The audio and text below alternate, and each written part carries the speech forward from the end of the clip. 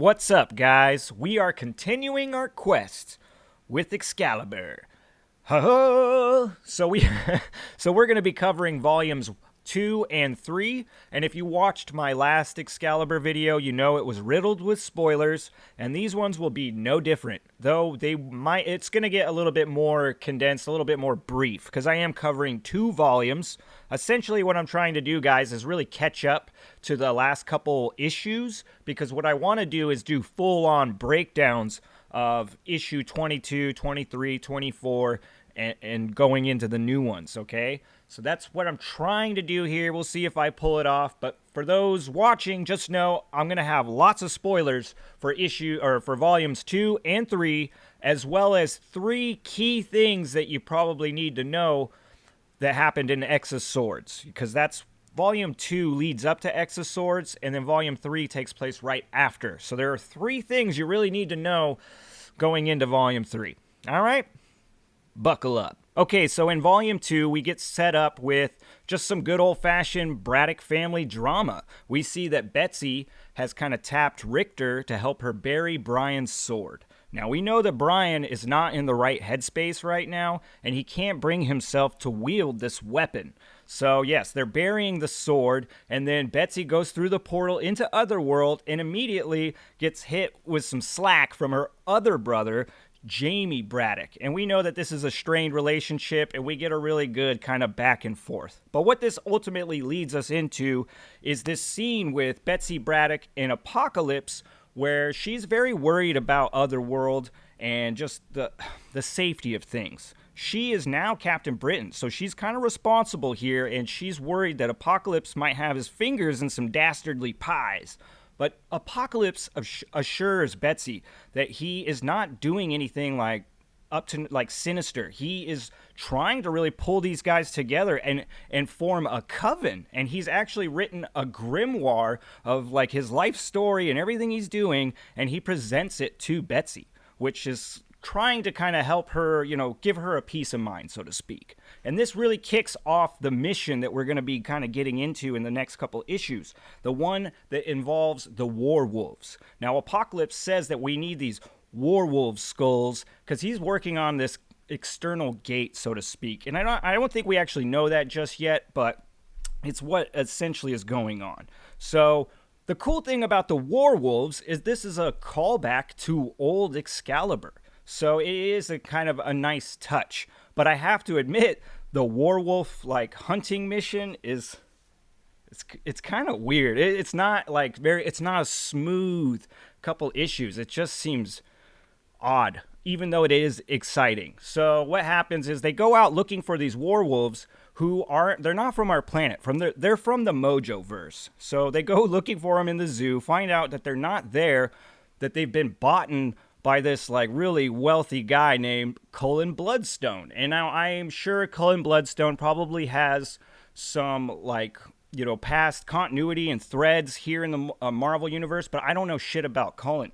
All I know is that he's a rich guy, and he obviously does not like mutants. But either way, he kind of invites Excalibur on this hunt for warwolves, kind of like a good old-fashioned rich boy's fox hunt, So, of course, Excalibur accepts. Now, on this warwolf hunt, it is kind of as you expect at first, because it's like, oh yes, the warwolves definitely pose some threat, and they're tricky. They give a little shit to Excalibur. They're not just going to get walked right over until the mutants begin to start using their powers. And then at this point, it's kind of a one-sided fight. And Cullen Bloodstone does not like this at all. He doesn't want them using their powers. And this kind of pisses him off to the point where we get to meet a little bit more of Cullen Bloodstone. We get to see another side of him, so to speak. And he essentially becomes a demon. He demons out, man. He's all fucking weird looking. His horse has got fire shooting out of its eyes and stuff. And he gets in this little tussle with Excalibur. And of course, the team wins. But they kind of understand, hey, maybe cooler heads will prevail. Let's talk about this over dinner. Now, the dinner party is just it only really makes you understand that Cullen Bloodstone is really a racist against fucking mutants. He's got no love for mutants. except for Richter. So then we kind of find out that Cullen Bloodstone is a gay character, and he puts a move on Richter when Richter's kind of spying on him. And it's this weird, awkward moment, which I do love because Richter, it's just like, he's not into it. Then we cut forward to the next day, and the mutants are hunting the werewolves again, and they're using their powers, and Cullen Bloodstone's like in his kitchen, and he could see like the powers being used off in the distance, and he gets pissed again. And they get into another fight. But we see, once again, Excalibur comes out on top. And not only this, they actually finally acquire all the werewolf skulls that they need to bring to Apocalypse. Now, another thing that happens here, though, before they leave, they discover a werewolf puppy, like a little baby. And they bring it back to Krakoa, and Apocalypse wants to kill it. But Betsy Braddock basically fights him on this, and what ends up happening is the baby werewolf is spared and given to Rachel Summers. Now, after this is when we start to kind of incorporate Saturnine, who is the sorceress of the Starlight Citadel, and also basically the ruler of Otherworld. She's the one keeping everything in check, so to speak. And we see this part where Apocalypse, like his face is showed up at the Starlight Citadel, like in their window, and they're like, what the hell is this? And this is obviously very much offended Saturnine. Like, she is not digging the fact that mutants are essentially, trespassing on her turf. This is also where we begin to uncover more of the cult or the coven Akaba, and we see where Megan has gone undercover and she witnesses a human sacrifice, which really freaks her out, and she goes running away, and Pete Wisdom has to kind of calm her down. Then back in Otherworld, Excalibur is kind of like in the woods, and we see that Saturnine has sent her like moonlight priestesses after the team, and this little battle kind of breaks out, and what happens is Shogo gets injured, and this is a really cool fucking scene because this is where Jubilee loses her shit. The mama bear pops out and she goes berserk, dude. This is like the most impressive display of Jubilee's power that I've seen personally. It was just fucking awesome. But then you also cut to this part with Saturnine where she's kind of like watching it from afar, and she's like, oh, so it's war, is it? Now this will lead us into the probably most confusing part of the volume, but also one of the coolest. So what happens is we just see this thing kind of play out in the woods with this battle in Saturnine and Excalibur, and then the next issue starts and it talks about Britain being at war with the mutants. And it's just like, boom, we're dropped right into this scenario where like Excalibur is under attack and machine guns are firing and explosions, and it's pure pandemonium. And the team doesn't even know what to do, and they're trying to escape, and they find all the Krakoan gates here in England or in Britain have been burned down. And they haven't even just been burned down, they've also been like fucked with by the Coven Akaba, so they can't regrow a new gate. So essentially, the team is now under attack and stranded. But we see they get rescued by Kitty Pryde in a flying ship. And it's really, at this point, if you're not already going, what the fuck? You are definitely saying, what the fuck, at this flying ship. Because it's not only just like a flying pirate ship, it's being fueled by Rachel Summers' fire. And you're like, what the hell's going on? But then you start to get hit with this information that this is not actually the reality that we expected or that we thought we were in. We get hit with this panel of Jamie Braddock, and he's kind of like in the dungeon with Morgan Le Fay, and we understand that he is creating little pocket realities, little universes of his own. And this is so fucking cool, and one of the reasons why I really dig the potential here in this comic. Jamie Braddock, guys, is that reality warping guy. He's a powerful fucking mutant, and he's a madman. But his power essentially can, like, you can create what-if episodes strictly off of Jamie Braddock's power, because he could just continually create a new fucking series of events and let it play out kind of deal. And this is really, really goddamn cool. Now, when Excalibur reaches the Braddock Lighthouse, they know that shit is still just going crazy weird. And we see missiles being just launched at them, and Gambit stops one. But then we kind of understand that the missile didn't really have the impact of a real missile. And Betsy Braddock begins to understand her brother and is up to some fuckery. And we see Jamie Braddock make this entrance on a unicorn. He spears fucking Jubilee's shoulder. It's great. This is a fucking awesome issue. But then we get the little kind of one-on-one with Jamie and Betsy, and then Jamie really sends a badass missile after Betsy, and she gets rocked, right? We watch Betsy get hit, the explosion happens, and we begin to see this reality fragment. It begins to crack.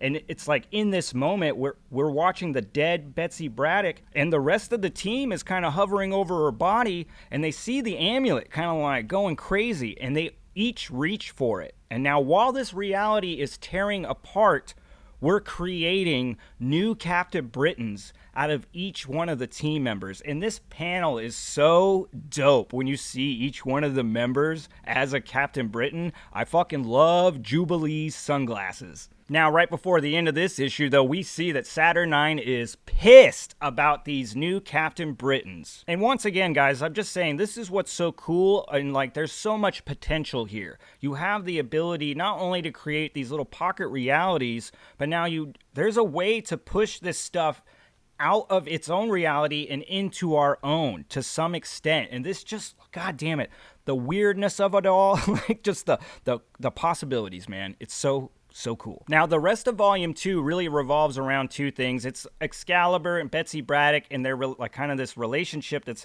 going to have to unfold between them and Saturnine, as well as Apocalypse trying to build this external gate, but not only that, really his background with the externals. We will be able to like start to get hit with some stuff with Apocalypse, and we understand that he had a coven already. He's trying to make a coven out of Excalibur right now, but we learn he once already had a coven, and they all had a specific like power. They could all live forever, and they could all travel like to one another with no need. And now we start to understand that this is kind of the same state that mutants are in right now. They can live forever because of resurrection, and then also they have the Krakoan gates, so they can get around no problem.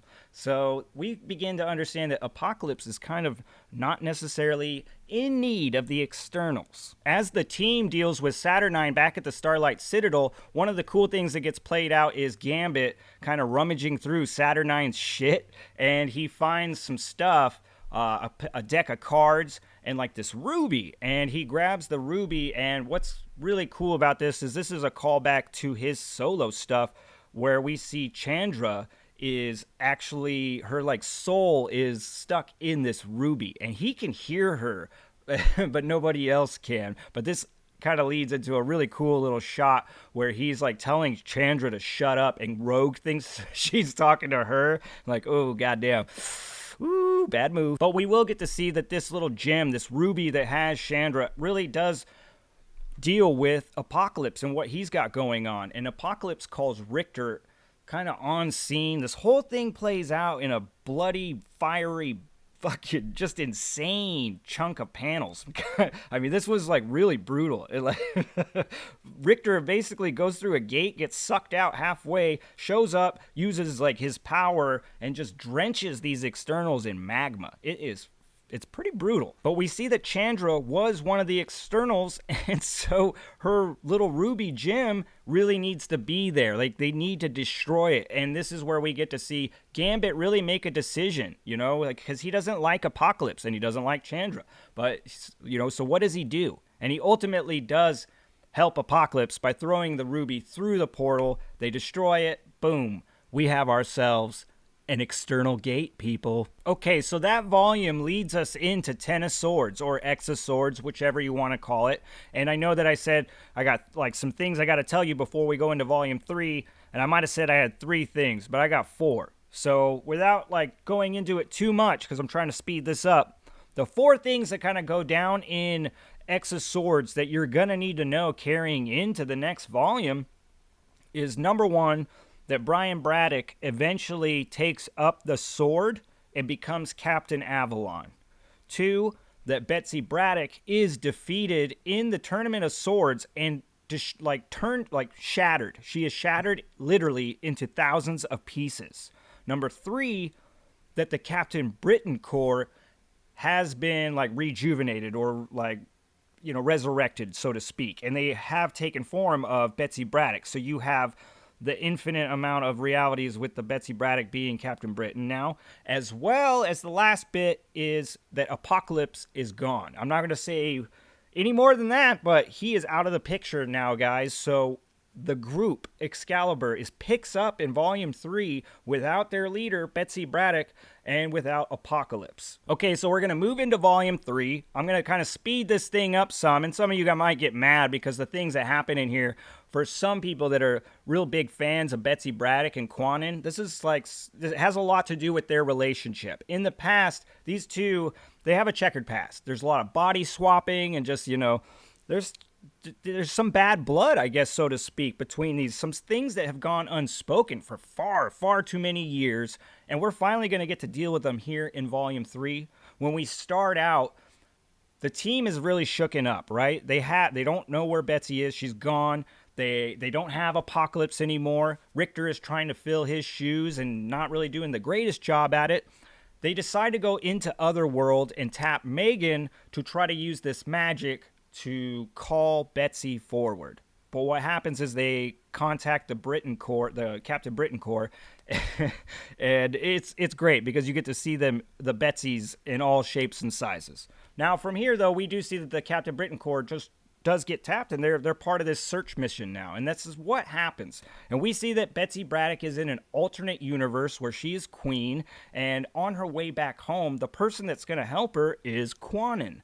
Now, the thing, though, is this is a Quanon from another reality, so that checkered past is not there. It just doesn't exist. But we do see Betsy Braddock constantly trying to bring up these horrible emotions or whatever, this attachment that she has between the two characters, even though they don't have this attachment in this reality. And I kind of love that because it once again shows kind of the character defects of Betsy Braddock. Like, she's a girl that has blinders on, man. She gets tunnel vision. She, like, wants to do something so bad, like, she'll just do it, regardless if it's a good idea or not. Also in this volume, this is really where the Coven of Kaba really starts to make moves and really come into play. They're like really going after the mutants back in the real world. One thing that I really liked about that also happens in this volume is Jamie Braddock, in events that happened in the Hellions in X of Swords, him and Mr. Sinister had this kind of back and forth where Jamie Braddock ends up with Mr. Sinister's cape.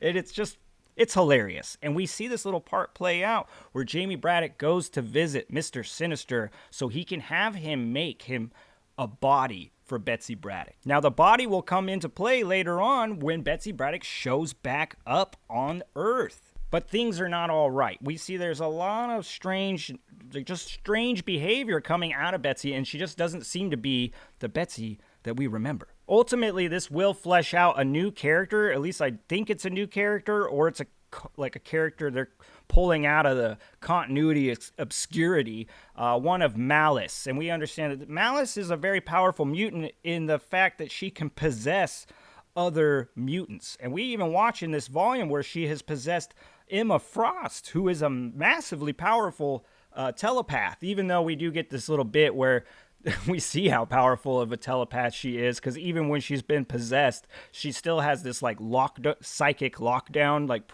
safe room that she just chills in while whoever's fucking with her body, but she's, you know, still mentally intact. And in the end of this volume, we have the Hellfire Gala, which was a crossover between all the Donna X titles. So all the, you know, X-Force, X-Men, all of them had a Hellfire Gala issue where they were all there. And some of these issues, you know, they were good and some of them were horrible. I do think that because it seemed almost like it was just a more like, it's like a fashion comic, like where it was just like, let's dress up our characters in fancy clothes. All right, cool. But in Excalibur, I do think that there is a good moment here in the Hellfire Gala where we see the Coven of Kaba show up, and they tell them they're really like throwing the gauntlet down and saying like, this is it, like you guys are no longer wanted here in London or in Britain, like you're done, mutants, we're going to war. And obviously this pisses off a lot of people, specifically Richter, who goes out and like fucking pounds the ground with his power and basically creates the Isle of Braddock, which is just right off of the coast of fucking like Britain or London or whatever. One thing I did actually forget to mention that will play out here in the next couple issues is the fact that Morgan Le Fay during this has made her escape. The Coven of Kava, they do a human sacrifice, which is actually not a human sacrifice, it's a mutant sacrifice. They kill Pete Wisdom, and using that power from the sacrifice, they bring Morgan Le Fay back into action. She makes her escape from Jamie Braddock's dungeon and steps through a portal. Honestly, I thought that last issue, the Hellfire Gala issue, had quite a bit of goods compared to the rest. So you got the Morgan Le Fay stuff, you have the Isle of Braddock now, the new Isle of Braddock, and we know we're going to war. So there was quite a few juicy bits in that issue, which is a crossover, event that has a lot of hate. A lot of people do not like the Hellfire Gala, and I can understand why, but I'd say the Hellions and the Excalibur issues of the Hellfire Gala were really well done, and there is actually something there for you to get that's going to be needed pushing forward. So that's going to be it, guys. I know that this was, once again, my crazy shit show, and I'm just trying to get through it. I'm really going to try to tighten these things up on the next, when I do these issues, issue 22, 23, 24, and so on. Now that I'm only having to deal with a couple pages and stuff like that, it's going to be a lot easier for me to go in-depth, detailed. Plus, these are some of my favorite fucking issues, guys. I'm going to just give you a little teaser. Dr. Doom is about to make an appearance, as well as Jim Jaspers, and just, it's fucking cool, all right? Stay tuned.